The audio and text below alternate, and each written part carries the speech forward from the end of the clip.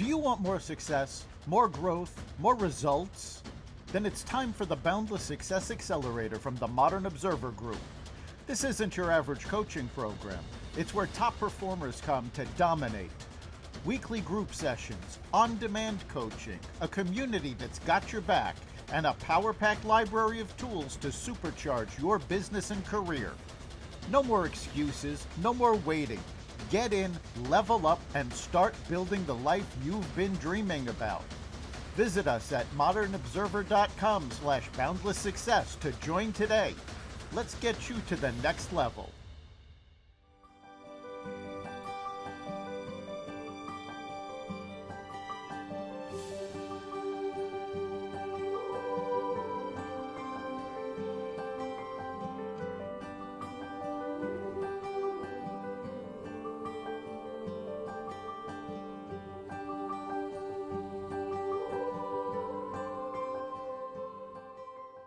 We are lighting the candle, a world that works. So who is the we? Well, it's me, Bill Corell, and my bestie, Jan Jeremias. We do this typically once a week or so, and we just kind of like enjoy each other's company and see what sort of conversation comes out of it. And as usual, things are going on in the world at such a way. I mean, there's really no question we're always going to have something to talk about because we're both of reasonable intelligence, I would say, and you probably have far superior schooling to me, where a lot of my experience is at the working end of equipment and tools, some of which are electronics. But all that said, we're just having a quick conversation about and again, what am I talking about? Empowerment, ladies and gentlemen. It's all going to come back to empowerment. But if you haven't listened to this podcast before, you might not know that. But then again, where have you been for the last 4.5 years? So with all of that said, what we were talking about was, do you need to, at some point, just declare that this is that part of life where you have to give something up and take something on that you might not really want to? And Jan, you were talking about a friend, who said this is, you get to this point and it's automatically comes with a pillbox. Mm-hmm. Yeah. I think that there is almost like this switch that you have to be willing to turn on and off. And I'm not saying that there are that you have to go this route, but where you start to question and where you look at you look at the pros and the cons. Yes. And you look at the the ability of saying, okay, well, for everything that happens, and there is some sort of element of are you willing to take responsibility or for whatever that decision is? So if you opt, let's say, you decide that you're not going to take medications or whatever, what are you willing to do instead? Because I think you have to be willing to do something. I don't think he does. And always speak to your health professional and work with them on this. So you have to be willing to do something instead. And what are you willing to do, and what feels right, and what logically feels right, and when your heart feels right. So I think there is this, for me, I do have this kind of meter that goes off, it's like a meter. It's like, okay, am I willing to do that, or am I not willing to do that? And then the other thing that happens is I think you have to not automatically take whatever, I don't know. I think that there's an expectation, and that was her expectation that she's at the age. And so now that comes with a pill bottle. And I'm like, why? That was my question. Why is that true? Why do you believe that's true? Or what, does it need to come with that? Does it need to be that? Yeah. Yeah. I think if you really consider, along the way, almost every human being has these situations they have to go through some kind of an illness, very acute. I mean, I spent a month in the hospital in 2008. Actually, more than that, but it was like three separate trips in 6 weeks. That's It was devastating. I fought every prescription they wanted to give me, and I would say, okay, yeah, when they said, well, this blood thinner, you don't take this, it's likely you're going to be dead in 3 weeks. Okay. Well, okay, you got my attention. I'm going to give it a shot for a minute or two. But the second that it was made more sense to take vitamins than some type of a prescription drug, especially if it's something that people are on for a long period of time, painkillers, all of that sort of thing, devastating pain for a week or so, yes. Beyond that, no. Ibuprofen has kept me upright and going since I was 40 years old, and I really owe my sense of well-being and my happiness to that little orange or red, bright red if it's a particular brand.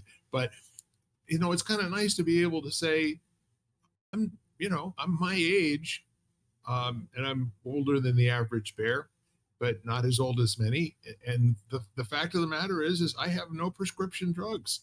I probably spend $200 a month on vitamins. Now, mind you, when I first started taking supplements and that sort of thing, I was probably about 35 or 40 years old. And I asked my doctor about it, and she said, well, some people have some really good results with that, and especially if you're looking to kind of like boost your immune system, or, you want to do some things that are around eyesight and what have you. And she said, but, there are some doctors who claim that's just, expensive pee. So, quite frankly, I bought into the expensive pee hook, line, and sinker and said, I'd rather do this than be one of those people that has no choice but to go on a prescription drug for the rest of their life. Hmm. No, absolutely. And I'm with you there. I probably spend close to $200 on supplements a month. Yeah. And that is a choice I make because I choose not to do other things because I decide that I'm going to spend the money on that because that's more important to me Yes. than, some of the other things that, I could spend money on. But I'm really aware and I'm like, well, this is really important to me. Right. And some of it I do feel and I do see a difference by taking certain things than if I don't. Like there's certain supplements I take which I definitely feel a difference. And others, and then I have, measurements I take that I just to monitor whether I'm absorbing and things like that. Cause that's always a big question of Right. like, can you just like, are you taking a formulation that you absorb? And that might have, has the potential to have more effects as opposed to just, it leaving your body. But I made a lot of those decisions too. And there are certain things that I was willing to do and other things which I decided that I was not willing to do. And I Yeah. always say that you talked about that medication for, let's say, a blood thinner and everything. And I always think to myself, like tend to be very systematic about things. Just, it's who I am. So I'll be like, I've even said to my doctor, like, give me like 3 months or 6 months to try to see if I can change this myself. Like, and then let's retest and see where I am. That's more of a partnership conversation. It's like, all right, well, I thank you. I don't feel like I'm in a position where if I take 2 or 3 months and try another approach, it's going to set me back for the rest of my life. What do you think, Mr. Doctor or Mrs. Doctor? Um, and I've always listened to what they had to say. Most of the really good um, advice that I got was when I needed to go see a specialist, like the dermatologist, starting doing that about 12 or 13 years ago in earnest. Uh, I My regular general GP discovered, a big thing on the back of my right bicep, which I'll never see, or tricep on the back of my arm, and said, I'd like you to go have this checked out. Well, it was melanoma. So it was a good get on her part. And as a result of that, I've been going in and visiting my dermatologist every 6 months or so, since 2011, 2012. And it's kind of like going bowling. You know what I mean? Sometimes I get a strike, sometimes I get a spare, sometimes I get a split. The Mohs surgery's on my face, but that's kept me alive. It's kept me going. That sort of a thing that can get out of control, and it can get in your lymph system and metastasize and actually kill you. So it's something that's really important, to address head on.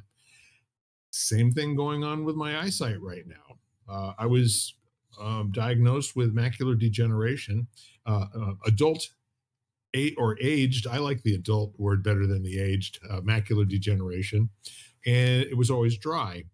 And it didn't proceed or progress very much from about 2015, 2016 on. And then about 3 years ago, my eye doctor said, your eyeball looks different to me, Bill, than it has for a while. I need you to go see a retina specialist, which I did. And it made a world of difference. I went on more vitamins. We've talked about different things that I can do short of having eyeball injections and that sort of a thing. And I've gone with what, whatever he suggested was the right way to go. But again, every time somebody has said you could take this and that'll make the symptom go away, I've said, no, I'll deal with the symptom another way, something that's either more homeopathic, or if ibuprofen doesn't cure it, then maybe I'm just meant to feel this way. Yeah, I mean, I always say that, the thing with like supplements is it takes time to get into your body and for your body to adjust. Like it's not as fast acting as a lot of medication is. And I think that what ends up happening is that people get frustrated and think that it's not working when they don't necessarily give it enough time. So I Agreed. always tell people that, we had this conversation before about carotenoids and antioxidants in the eye. And I would say I've worked really hard for 3 years to improve my score. And now I'm like really high, but it took a long time of on my part of dedication and having faith. And yes, it went up, but now it's like, it's really high. So my antioxidant levels, but it took a long time and it didn't happen overnight. Like I mean, they say it kind of like it can take up to a year. Yeah. So, so I think what happens is people take it, and one is they're looking for some sort of results, like some sort of feeling, which they don't necessarily feel. And then they give up, like they just stop taking them without giving them enough time to see whether they're actually, going to do anything, because I do think it takes time. Yeah. And I think the other thing is that, and so my most recent experience, and this was a little bit odd to me that, so I'd fractured my foot in two places and I was in a walking cast for 8 weeks, and I'm not in the walking cast anymore. And they said, okay, you can like walk around or whatever. And they didn't send me for PT. I said, do you think I need PT? And she's like, no, I don't think you need PT. And I'm sitting there and I'm like having a lot of trouble walking. And my leg is, especially because I also sprained my ankle. So especially doing anything that's inclined, like anything that's, where you go downhill or uphill, like my ankle's killing me. And I'm sitting there and I like called the office and I said, I want PT, like send me for PT, right? Because I want PT. And I was kind of shocked, like when I went in, and my niece is a physical therapist too, and I was kind of shocked because she said, you were in a walking cast for 8 weeks and basically had it elevated and you haven't used it, let alone the fact that your foot is fractured. But she's like, you haven't used any of those muscles and everything is tight and atrophy, and has atrophied. And so I was kind of surprised that they didn't automatically send me for PT. That just like, and like I keep on thinking about it, and I'm like trying to, in a way, like I don't want to sound jaded and or whatever, but part of me is like, is it the money that they don't want to, like, and that's why they don't send. But it was kind of shocking to me. And then I also wanted, my friend said it was it your age, the fact that you're older, and they're like, oh, okay, well, which my brother had very recently too. He's like only 2 years older than I am. And the attitude was, well, when you're your age, the doctor said, whenever they say that. So time out. Okay. Time out. So we're going to quit on 60-year-olds who are probably going to live to be 100 now. I mean, guys, really? That's not acceptable, is it? I mean, I was like, my brother was so upset. Like, she went in to an orthopedist for his shoulder, and because Yep. and so the doctor said, well, when you reach your age, I don't know how much shoulder surgery we really do anyway. And he's like, I'm 64 years old. Like, It's midlife, for God's sake, yeah, he's like, I think I'd like to reach above my head for the next like 20 years, kind of Absolutely. thing. And I felt like the same way. Like, I don't want to have to walk with a limp, or not that I'm being critical, but if I can go like rehab my foot so I walk normally, then I want to rehab it so that I'm able to walk and do whatever else, like whatever else I might want to do. Yeah. But it was kind of like, in that way, it kind of shocked me.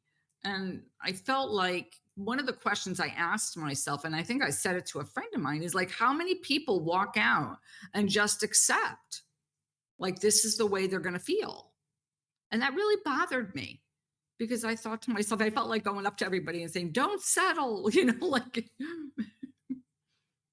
I feel like there are as many doctors as there are teachers that are in the wrong profession. Okay.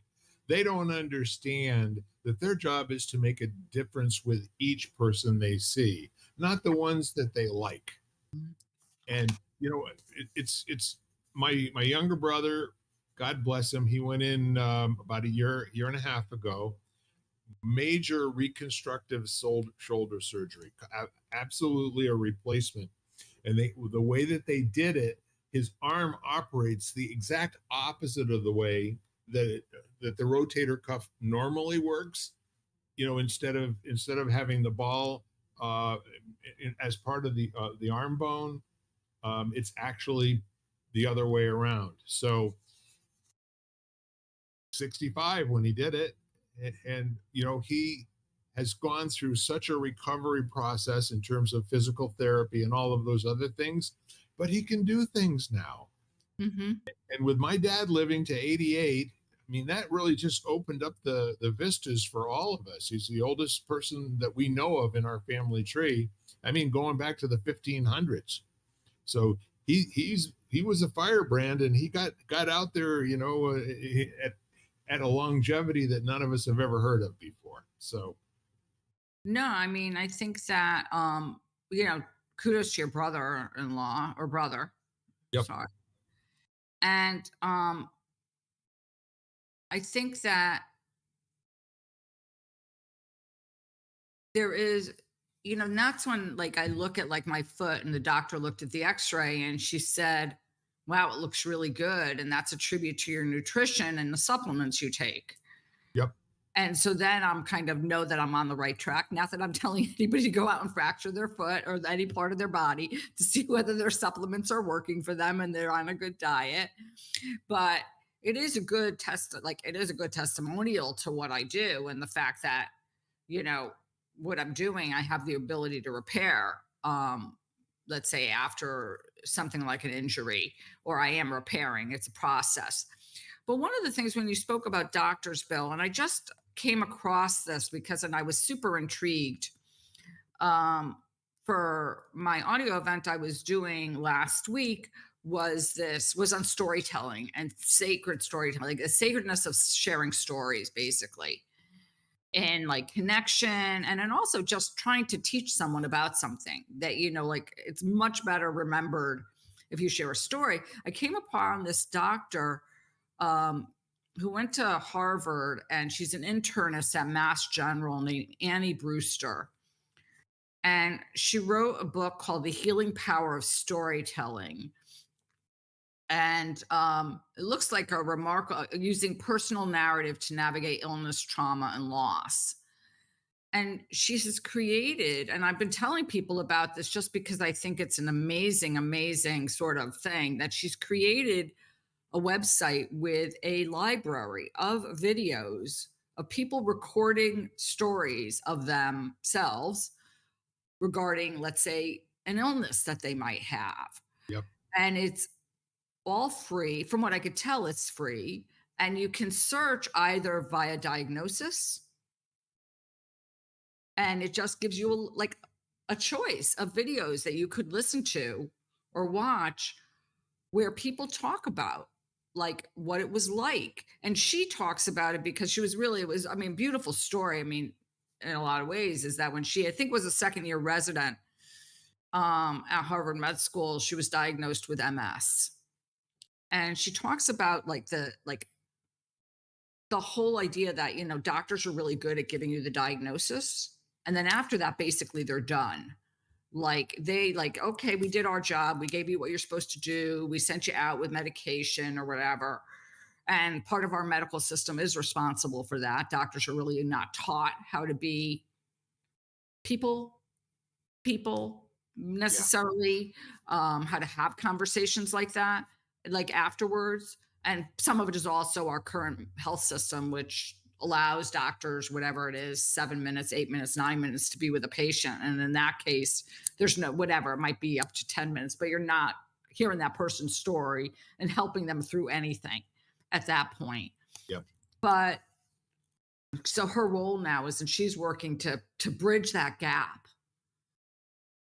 And I thought that, like, it's so beautiful. And I mean, beautiful interview I found with her, just talking about the fact that, like, that there's such a gap between the experience and what a doctor tells you, you know, like the fear and all the things that happen in your life and like all those different things. I mean, even from just the simple thing of like when my foot like got hurt, like all of a sudden the fear, like, is it going to rehab? And how am I handling all the things that I have to handle in my life? And who's walking Tonka, my dog, and who's like, you know, and how am I working? And all these different things, which all of a sudden we are kind of enveloped Right. in the experience, but we don't have any support for. Yeah. I mean, that's a really good way to language it. The We don't have any support for it in terms of our own understanding or knowledge of what the possibilities are. What could we do instead of what we're doing? What are we supposed to be doing? You know, that we're not doing, and what are we doing that we shouldn't be doing? You know, it's just, you know, I have questions about certain things going on in my life, and I would love to be able to talk to somebody, and I'm not sure that my medical doctor is the right person to speak with. You know, Mhm. because I would just say that my experience, all of the doctors that I've had in Connecticut have been completely awesome for the last 45 years. Just unbelievable. The gal that we started seeing, probably in my 30s, uh, we were with her until she retired here 2 years ago, 3 years ago. And the young lady who has taken over for her is absolutely awesome. Very thorough, very intelligent, great bedside manner, and more than willing to listen to a story. You know, so kudos for her, because it's, I think that that exchange is holistic. It's not like give me the facts and now I'm going to tell you what you've got and now go take this prescription, which is Mhm. what we are, our experience in Florida was like. 5 minutes. Here's what's going on with me. Oh, let me take this. Okay, yeah, you got whatever. Now go take this. It didn't work. But what I've liked about her is that if I ask a question, she answers it. And when she became interested in what she thought I was getting for blood pressure readings in the office, and I told her, I said, you know, I'm a documented victim of white coat syndrome. And she goes, yes, I know what that is. And now what I want you to do is go buy a blood pressure, you know, monitor and take your blood pressure for the next month and come back and see me. You know, that's just love. Do you know what I mean? She didn't like immediately put me on a blood pressure medicine, although I knew she wanted to. Mhm. But I said, well, let's get it, an objective set of data here that we can look at, and then you tell me what we think, what we ought to do after that. So that was it. I spent $20 and I got this little battery operated deal, and it works great. Mhm. No, but I think that the whole story of her and this whole idea to me, and then one of the first books I got, which actually my first boss gave me, was a book called The Youngest Science, which was by a doctor named Lewis Thomas, who was the president of Memorial Sloan Kettering, and talked about his father, who was a doctor at the turn of the century. And he used to go with his father on house calls. And just that whole idea to me of, like, not that, we've have made so many milestones in medicine, and I'm not being critical of that, because I think that, we can do some amazing things. And I've been witness to some of those things with family members and things like that. So I'm not being critical, but just this whole idea of that, when they went and made a house call, like, I mean, they saw the whole family. They saw what was going on in the home, like, they saw everything. And I think that it was very different than now, where, I mean, I know most of my mom's doctors, or a lot of them, but I'm also her medical proxy, so it's a little different. Plus, I've been down enough to go with her, kind of thing. But in general, how many of us actually go in with a family member or somebody else who we hold close? I mean, I've had circumstances where I had to go in with somebody else, very, very severe and scary diagnoses. And I knew that if I didn't go in with somebody else, then I was going to, you have the ability to kind of like only half hear. Like, yeah, you go into this kind of almost outer body experience where you're like listening, but you're not hearing everything. Right. And I just knew that I needed somebody else there to hear what I missed. And so I brought somebody with me. And I've done that with family members. I think my dad went with me at one point. We've done it with friends who I've asked to go with me to certain appointments when I needed them. And I've gone for other people, just as a, please come with me and just be a witness. Like, be there when I'm scared and I'm just kind of overwhelmed, and, and listen for me, like, be my ears for a moment. Yeah, my wife and I did that for each other starting back in the time frame where I spent a month in the hospital. Hmm. We Between the two of us, we had some pretty devastating health issues over a year and a half. She had botched gallbladder surgery, and uh, took her forever to recover from that. Partially, she never did from what she's able to eat. It kind of shut down all the fats and spicy foods for her and that sort of thing. But from then on, up until probably the last, well, maybe COVID was we didn't need to see a lot of doctors, in office visits type of thing, and we still go in with each other for physicals and what have you. And she always comes with me when I go to the dermatologist. I think at this point it's like old home week for her. She's been going to visit these folks for a long time with me. But the point was, we always wanted to have two sets of ears, you know, what's being said verbally. Because sometimes it's really important, to take away and for another point of view in asking a question at the appropriate time. And she does that really well for me, and I do that pretty well for her. Hmm. No, I mean, absolutely, because I think that it really is. You do go through this very much. It's very overwhelming when you sit there and they, all of a sudden they start to talk about details, and all the emotions are kicked up within you. Right. And so it's very hard to listen and grasp everything that they're telling you. And that could be about yourself, or it could be, regarding a loved one, when you're sitting there and you're, someone you're so connected to, and they're getting that diagnosis. Because no matter what, I mean, it is life changing, for everybody involved. Yes. And so, I mean, I guess, if I was to say anything to our audience out there, you know who you are. Yeah. Um, um, yeah, try to find someone, or don't do it alone. Yeah, I yeah, that think would be. It's really smart. Okay. And that's really good advice for anything where you've got questions.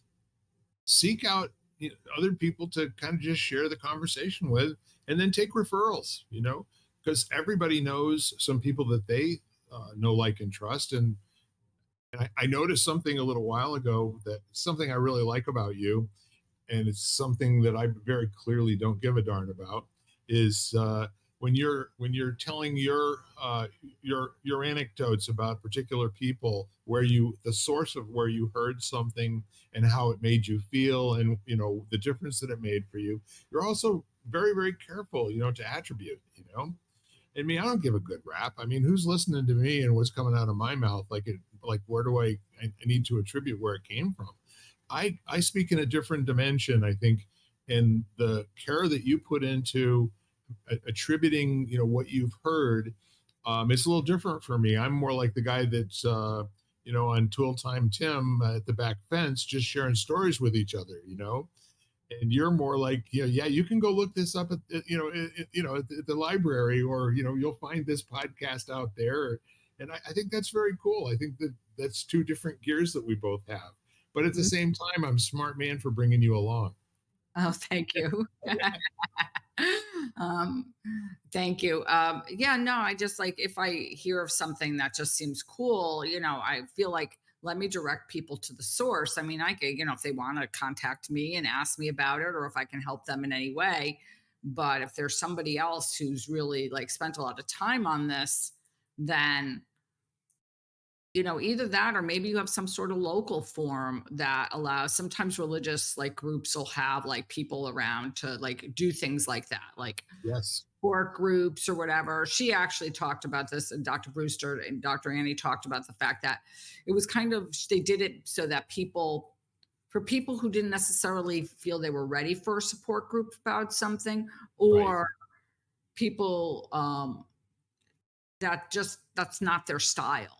Like this way they could just listen to stories that were recorded and still feel like they, heard from somebody, a person who had whatever it was they were going through. And so that was, I thought it was an interesting or just a beautiful idea. I completely agree with you. I think generating the catharsis begins when somebody gets invited to tell their story. And in the telling of the story, you're leaving a bread trail for somebody else out there. You'll never know who it's going to be, but it's remarkable to me, the people who actually hear things and then come back and say, "Tell me more about that." There's something beautiful. And I think writing for the book, that came out a month or two ago that I was in, where I shared my story. And then the few podcasts that the few audio events I've done over the past month on, and I realize the value more and more. I think, in sharing your story, one is it's an element of healing. Like I realized how much I healed by sharing that story, healing that I needed to do. And then in it, there is this ability to connect, like where you say something or write something and someone else reads it and it triggers something within them. And all of a sudden, you feel connected to that person, whether Yeah. you know them or not. And then if you know them, great. But if you don't know them, you do feel, and I feel like in a world that feel like where everybody is lonely, or a lot of people are lonely, and also people tend to feel disconnected. Yes. I think about the whole idea that, and I was on with my friend Amy last week, who is created a business around storytelling and sharing stories and things like that. And um, there's just this element of like community, and the fact that how much of like, if you go back to almost all the ancient traditions, they all had stories that they shared. Yes. And so I think that's kind of cool. We grow up, like, once upon a time, like we grow up reading stories, our parents telling us stories. Life is really like we share stories all the time. Could be, oh, I saw I saw the postman today and he told me this. I'm telling you a story. Like it doesn't have to be anything profound. Yes. Yes, the game of gossip can get elevated into something that's more fun and does less harm. Oh, yes. I mean, I'm not talking about gossip. Yeah. Right. Yeah. I'm talking No, about, like, I say, yeah. Yeah. but however, telling a story with the generosity to get someone to smile or laugh, especially if you're telling a story about yourself that might not be so complimentary. But the thing that comes to mind is it's all about communication. I Hmm. mean, all of life is about getting outside of your own skin and taking a chance on sharing your words with another person to find out if there's any resonance there or if there's any kind of, mirroring or symmetry. If you, when you find out, and this is so cool about so many people in what I do for a living, people just really have no idea who they are in the world. They're so secretive about who they are, what they've accomplished with their lives, what they've accumulated for wealth, and all that sort of thing. I get to give people some really good news, every once in a while. It's like, you don't know this, but you're in the top 10% of your class. There are other people that are struggling with real issues that they can't resolve. And you're in this situation where you're kind of embarrassed by the fact that you've accumulated what you have. It's okay. You can be that way, right? But if you didn't say the things that are too private and too quiet to another human being, you'd never have an opportunity to do two things. One is to share how it is for you. And of course, I have to get that. I have to honor this is how the person is actually feeling, right? And then I get to give them good news. And, in some instances, look at this, you've got room to move where so many others, these days, especially after COVID, they're not in a position to do that. So the neat part of doing that, the first thing is the giveaway and the gift. And then the second part is like, what would you like to do? Like, well, what do you mean, Bill? No, I mean, it's okay. I realize that we're both pretty long in the tooth compared to other people, but odds are good. I'm going to be around for at least another, I don't know, 30, 35 years, 40 years, who knows? At the rate that we're, adding life to people's lives. If my dad made it, his dad died when he was 65. My dad died when he was 88. Can I dream about being 105 or 108 years old and still having vigor and still having, my muscle mass because I do things on a daily basis that not even he did when he was my age? I don't know. So why not dream a little bit? What's it cost? Well, one of my friends in the Healthy Neighborhoods Project, which I'm in, my friend Jim, who lives in upstate New York, I think celebrating his 90th birthday, Right. September, and is currently speaking at the Modern Elder Academy in California or whatever. And he always says when people say, like, you have a plan, like, what's your plan? Like, he says, well, do you want my 10-year plan or my 20-year plan?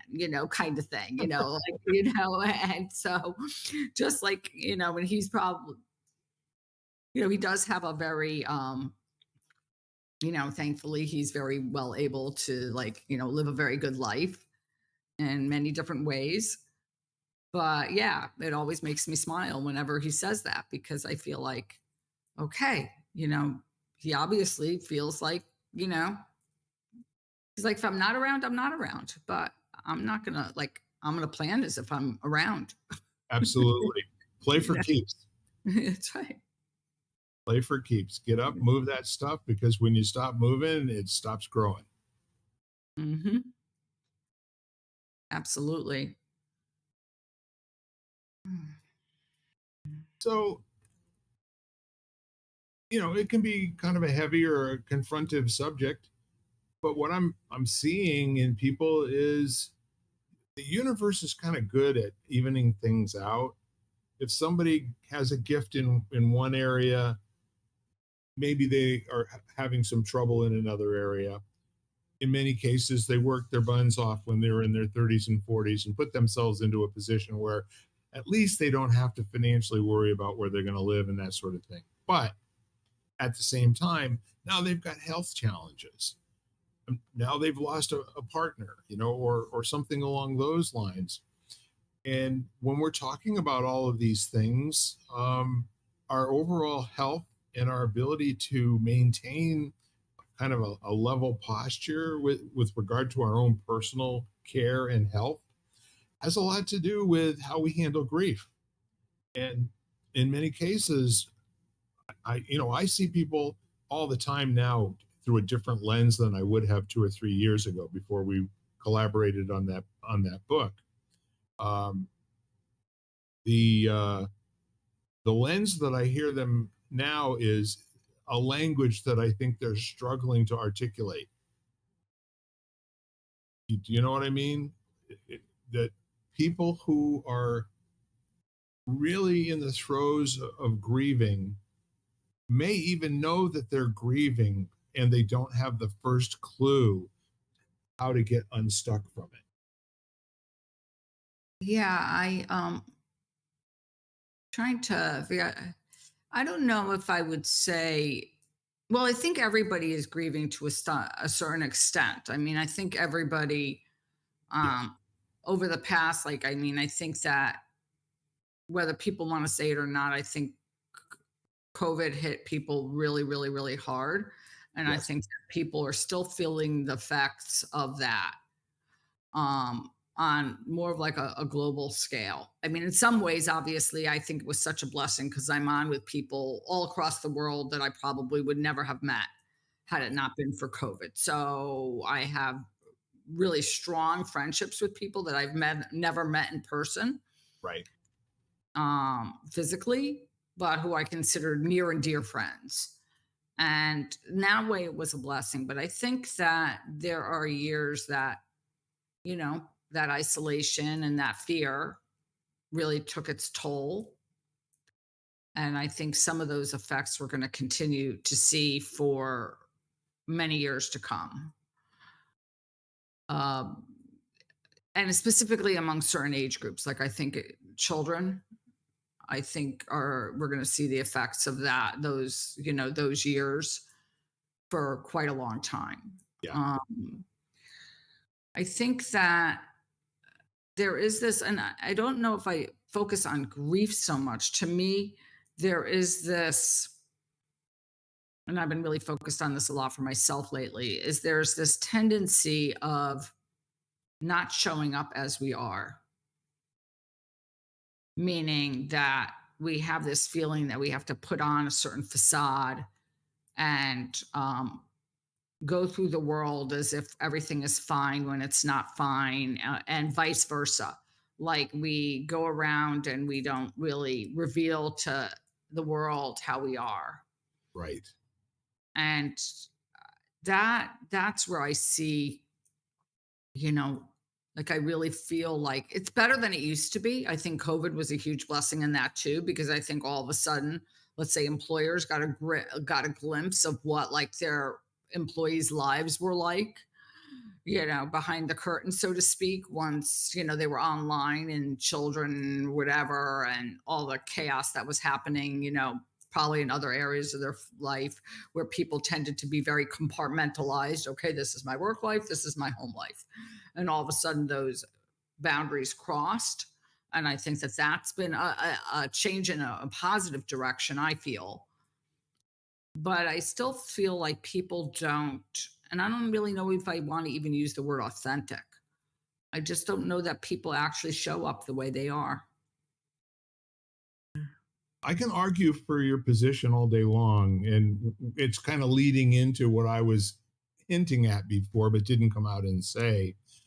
My concern right now is that we have maybe two, possibly three generations that are so used to self-medicating and numbing themselves from the existence of life on a daily basis. Whether it's using legal drugs like marijuana or something of that nature, or alcohol or other types of escape hatches, if you will. My concern is that they're doing now, in many cases, what has become a habit for them simply because they're just used to doing it on a frequent basis. Do you know what I mean? And I was making a joke with you earlier about, when you hit a certain age, two things are the law, and one of them is that you have a happy hour every day, and the other one is, they have to move to Florida. So there are other things that are going on that I don't really have any background to be able to talk to in any detail, other than the fact that people that I see all of the time, it makes me wonder why they spend so much time under the influence of something. Do you know what I mean? Do you hang around with any 30 and 40-year-olds at this point? Not really. Um, Not really. Well, I mean, I do know some, but within particular communities, and that probably doesn't apply in those communities. Right. Um, but I do think that just because I can see it in myself, I do think we have the ability to numb ourselves in multiple ways. I mean, and that's not necessarily anything that's like, like binge watching on TV and, for hours and hours at a time. I'm Amen. guilty. I'm guilty of Exactly. that, and Yeah. that's completely like, legal, kind of thing. Also, like spending hours and hours on social media, like perusing pages and, and everything for like, and I think it's really the intention by which you do something. Like, Right. are you literally, and I know when I'm doing it, I know when I'm sitting there going, life at the moment is too overwhelming. I'm going to go watch something. Like I can see myself doing that. And I think that's the difference is am I aware of it is one thing. Or am I so sort of, you know, pulled in, let's say, that I don't see that there's anything wrong with it, or I don't even notice that I'm doing it. Yes. Now I've gotten to the point where I'll be like, okay, and it could be, um, you know, getting on my phone, like could be getting on your phone and playing a game, like playing whatever for, when you get bored or when, um, you know, boredom is not a bad thing. And not that I don't do it because I'll sit there and I'll be like, oh, okay, well, I'll just take out my phone and I'll play Sudoku for 5 seconds when I'm sitting online or on the doctor's office or whatever it is. And then I'll be like, no, I think I'm going to put down my phone and just look around or whatever, but is to be aware of it. Yeah. I actually love that what you're pointing to is for an intelligent person who is doing something that I like to call wasting time. If you're doing it on purpose and it's actually got it's got a value to you in terms of taking you away from an intensive study or heavy brain work, that I like to call it, and allows you to be more free thinking. Those are actually things that will help you keep your sanity longer as you age. They're not necessarily bad for you, but you do have to know when to say when. That's right. And you have to know. It's kind of like you start to notice when like, oh, I'm doing it again, or here I am. I'm like, I'm getting online again to whatever. Yep. And it's knowing when to not, like you said, to when to not do it and do it. And then it's also to get like when you are doing to actually start to look at it, become aware of like notice how often you want to pick up your phone and you know what whatever it is, play that game or whatever it is, like whatever your choice of like distraction is. Yeah. Yeah. So what we're talking about here and what we're pointing to is all human beings have different behaviors, some of which are probably not in their own best interest. However, some of them are really detrimental, from a health standpoint and for other standpoints. And they get to a point sometimes where they do it because they can't stand the alternative. And that's where I'm taking a look, and I'm basically saying, um, there's something at work here, which is more or less putting out um, possibly a background of noise that makes certain people in our culture feel a particular way in an abnormal percentage, if you will. So we all had problems growing up. There was always financial this or difficulties that, or, you know, we always used to talk about the three things that people argued about in a relationship was money, sex, in-laws, and now it's politics and about 19 other things as well that we can all be made to be very unhappy about. The Where's the way out? Where's the escape hatch that is not detrimental to your health long term?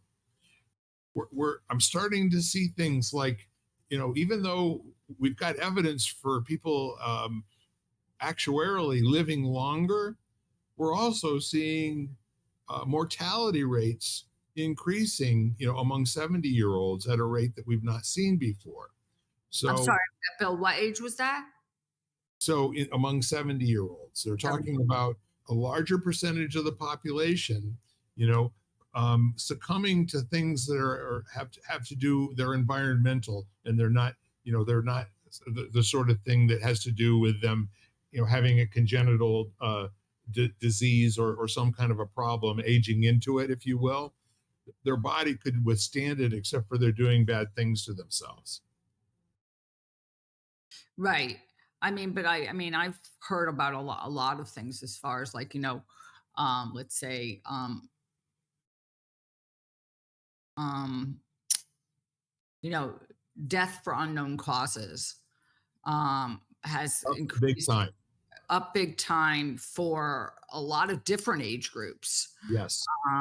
which has been a very interesting trend that they've looked at over the past, let's say, 4 years or so, Yep. when they 4 to 5 years when they've seen an increase, and they're not really quite sure um, among certain age groups why that is. I Right. mean, I have my ideas, but that's not documented. That's just my opinion. And you're But entitled to that. You're smarter than the average bear, in my opinion, and I'm mm, always interested in your opinion.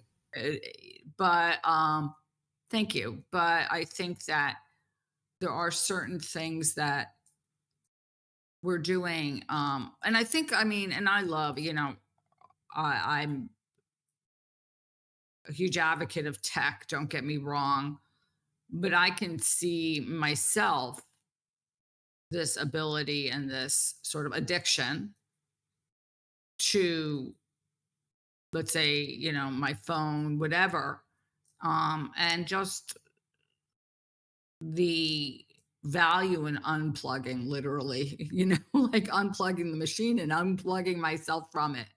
Yep, very much so. Very much so.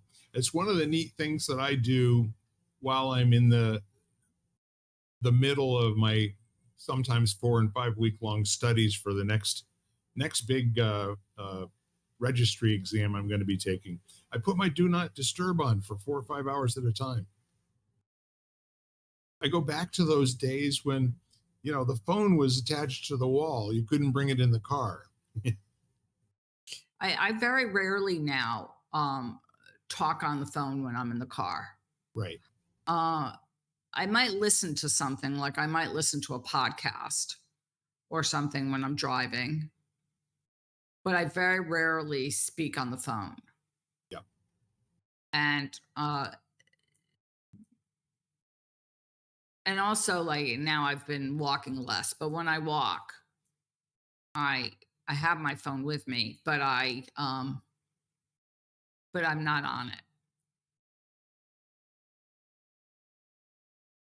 It's interesting.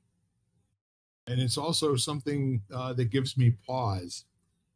There are times when I'm not on my phone, and I'm probably going to say over the last 2 to 3 months, I'm on my phone less than I used to be for some things, and I'm on my phone more than I used to be for other things. Mhm. That happens too. Yep. That happens too. Yeah, I mean, I think that, as I was talking to, and so we were talking about medical, and we got on this call, and I was on with a friend of mine, a work friend of mine, whose father or stepfather is quite sick. So we were chatting. I wanted to ask her how she was doing or whatever, and there is this, and when we were chatting, and just this idea of unplugging, and just I said, where going outside and taking a few breaths of fresh air, you know, is becomes self-care. That be people talk about self-care and kind of thing. And that's self-care. Sitting there and saying, okay, I'm going to take a 5-second break here. I'm going to take 5 breaths. I'm going to go stand outside for a moment, take a look around. I'm going to go back inside. Yeah. Mhm. It turns out that that's prescribed for a whole lot of different things, not the least of which is a healthy prostate. Okay. There, there are the two of the three legs on the stool for that are super hydration and then going for frequent walks 15 minutes at a time during the day. Don't matter how fast it is, does not matter how far you go, but just going out and doing that about 15 minutes at a time, 4 to 5 times a day, it keeps everything pumping, keeps everything going the way that it should. Now that's kind of an interesting thing. I stumbled on a YouTube video, and that was like, wow, why isn't that more readily available? Why do so many men that I know, why are they going through prostate cancer? What are the kinds of things that we can do to head that off at the pass? Mhm. I don't even know if there are dietary concerns. I'm not aware of any. It just seems like some people are singled out, as the poor souls. That was their lot in life to go that way, and it's not something that any man ever wants to really go through or consider. Although the ones that I have known that have gone through it with grace. They've been amazing, amazing men. Mhm. Well, not to put a complete pall on the entire conversation, but we're all in this together. And where I'm coming from is that, like you said, just be willing to reach out and be willing to have other people know that you don't know everything every once in a while. Like, when this happens to you, how do you deal with it? Mhm. But I also think in the meantime, what you've shared and a lot of the things that you've brought up today are immensely valuable. If to no one else in the world, to me personally. Oh, thank you, Bill. Thank you. That is just, it's a interesting thing as you navigate everything that life puts in front of you. Yeah, And there are certain things that I will be the first to say that are not my wheelhouse. Just it's not the way. I find it overwhelming, a little scary, for whatever reason that is. And then other things that I'm much better equipped or better able to help people with. And I'm yes, happy to do it in that case. And I'm hoping that people, in the things that are not, in my comfort zone, let's say, there, I can find people that are willing to help me. agreed. And you're good at referring people to other people that can help them. So Mhm. Try, yeah. I think, my takeaway from today's conversation is it has a little bit less to do with uh, accessing empowerment in a moment by yourself. It has a lot more to do with ongoing care for yourself on a kind of a ritualistic routine basis so that it's normal. It's something that you plan to do, that you hang out with people with the intention of doing good things for yourself and for the world, and have those kinds of conversations for a little while. But I still love that meme. I think I mentioned it last week. Um, the one that basically says, if you really want to believe that the world is a terrible place, watch the news. But if you want to really believe that it's the most blessed thing in the universe, go out and hang out in nature for a little while. Yep. And that can be asking questions with a trusted friend too. Works for me. Absolutely. Works for me too. So any summary thoughts today?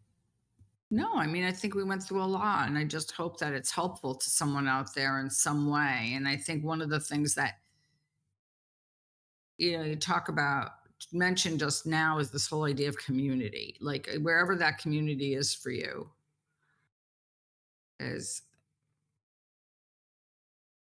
yeah, is just find, gather people around you. Yep. Not bad advice.